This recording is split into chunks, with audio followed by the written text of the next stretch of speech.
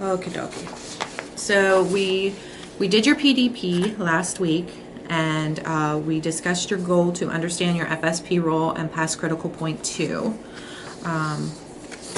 So with critical point 2, you're sharing a specific experience and story that describes how high fidelity team works and how it can be helpful to the family. So with you being new and stuff, I know that, a little bit of this is probably a little hard because you don't know the families very well to know some stories and stuff. And I think you've only attended like one meeting so far. So I figured we can do a little bit of a coach circuit around that to help with that. The purpose of providing this story is just to help the families to understand how the process itself can help the families as a whole.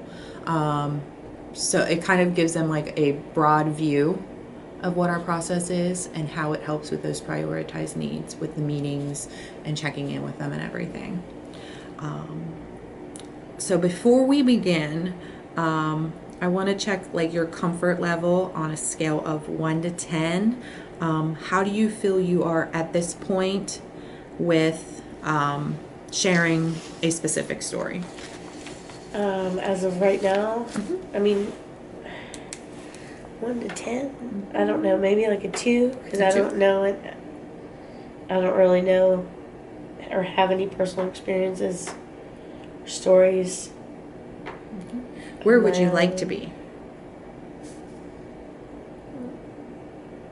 Like a 7 or an 8.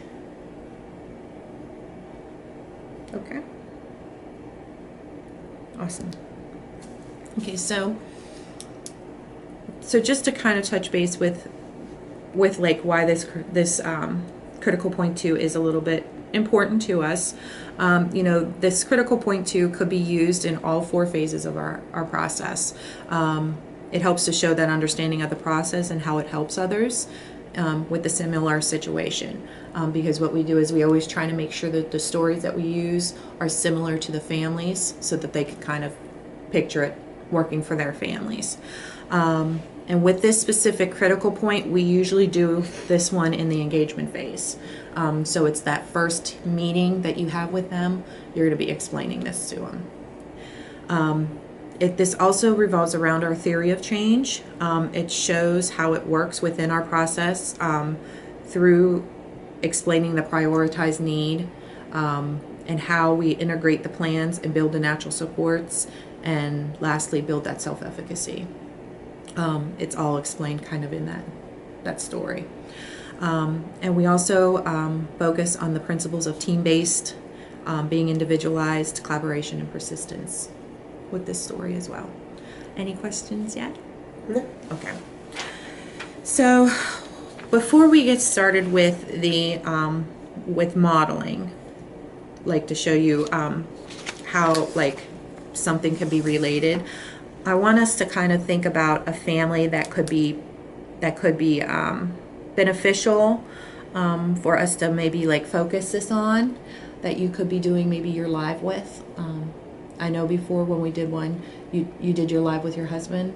It could be the same. You could do it with your husband. It could be done with Mary. With a family member, not with Mary. With Mary. Yeah, you could do it with another office worker, like such as Mary Ann. Them, because they ultimately are providers, so they need to know our process as well.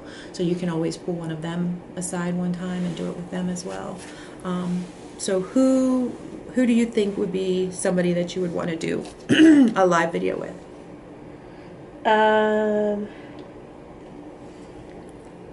Probably my husband again. Your husband? Okay. So I want to maybe, I like to go ahead and set up our modeling and behavior rehearsal. Who do we want to maybe use as our modeling in this so that it kind of you can flow it a little bit?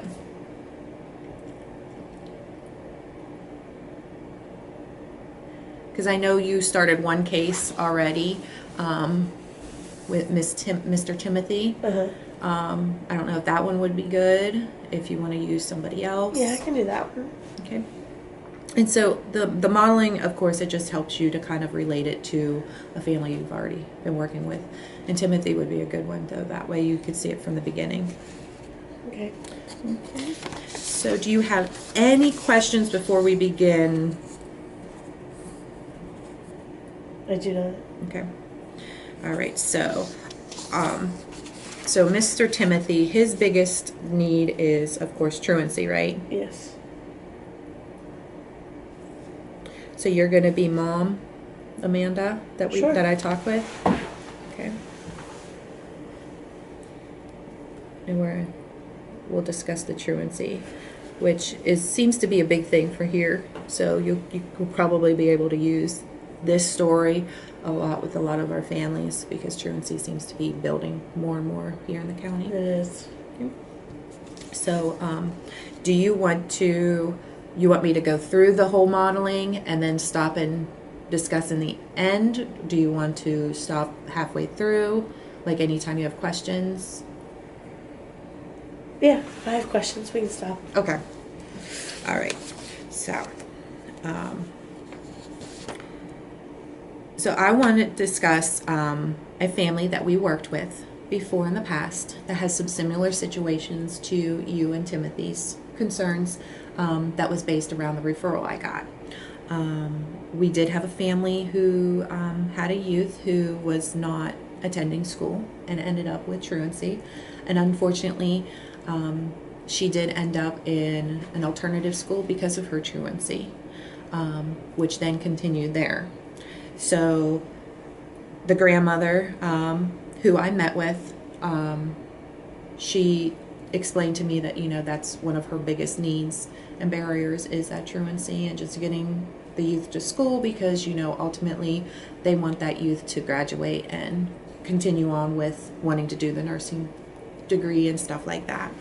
So what I did is I supported the grandma through this, got her prepared for the team meeting.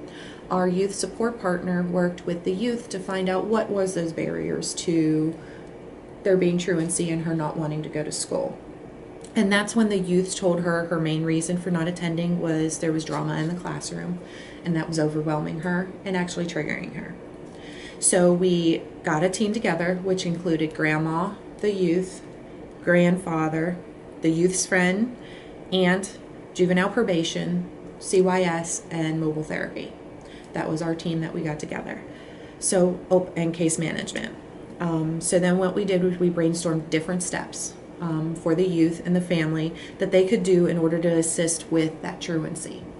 One action step that the grandmother had was to stand her ground, because the youth would really talk grandma into her staying home.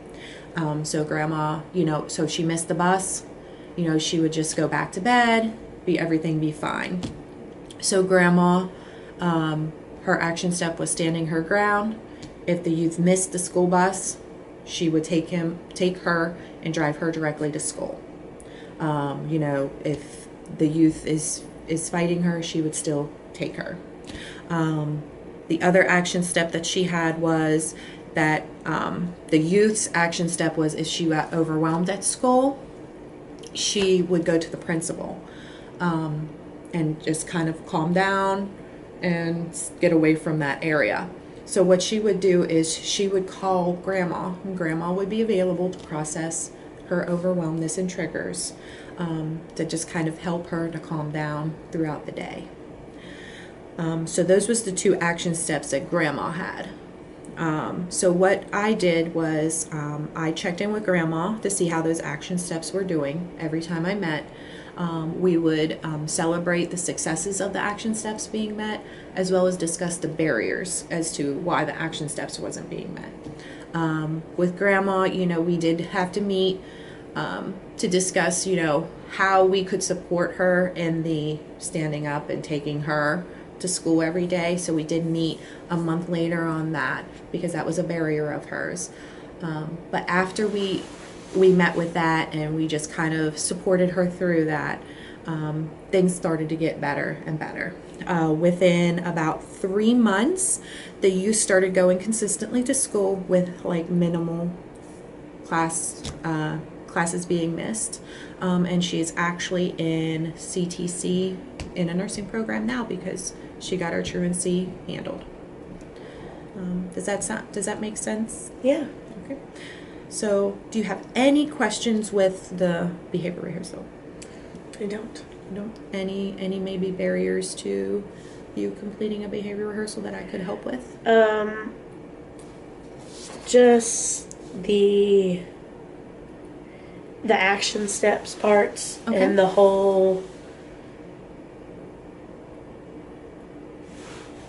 plan, the individualized care plan that have the action steps, and that because I don't necessarily 100% understand the plan yet. Okay.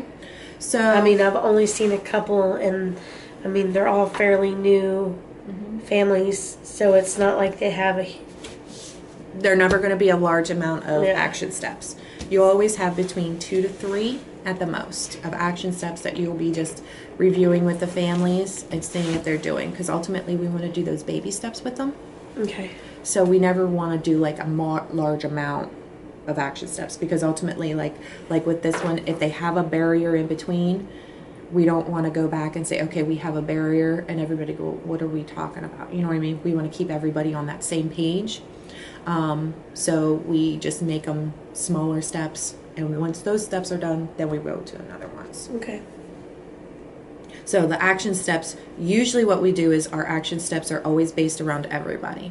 So there will always be action steps for like the parents and caregivers. In this one, it was grandma. Okay. And then there's always action steps for the youth, and there's also action steps for the natural supports and the system providers. We always try to like combine them in everything. So it's not necessarily just your checking in on it. So is like our mobile therapist. So is the case management, CYS, stuff like that. Okay. Any other questions? No. Anything else we could help with? And maybe what I can do is with this case, I can also show you the plan that was made, so that Okay. way you can see that as well and how it was completed. Yeah. That way I'll be able to explain it just a little bit better. Mm-hmm. Not being here for so long, haven't really seen all of the action steps. Yeah. This taking one here place. was actually transitioned out. This was our first case that we ever had, so they just transitioned out at the beginning of the year. Oh, okay. So do you feel comfortable to do the behavior rehearsal? Do you want to kind of review that stuff first and then us do a behavior rehearsal?